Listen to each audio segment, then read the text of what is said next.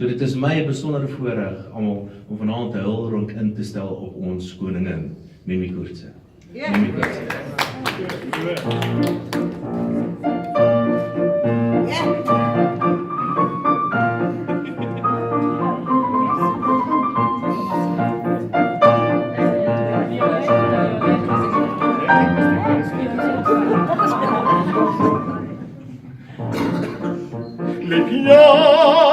Lepiamo nelle di coriche.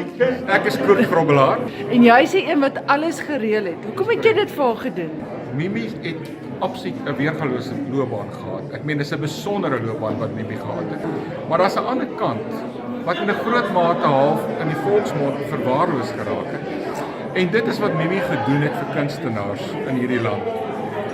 Ek dink ons almal is maar direk of indirek deur Mimi se hande.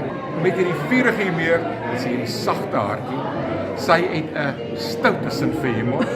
Jy kan vreeslik lekker lag vir haar. Seker altyd so 'n soos die Engelse sê, twinkle in the eye, dan weet jy hier kom dit nou. Libia, amore, amore, tra i carici più calibaci avrà. Ons almal word maar ouer. Dit is net 'n kwessie van hoe jy ouer word, of jy sieklik of gesond. Dankie Here, ek is gesond. En jy lyk fantasties. Baie dankie.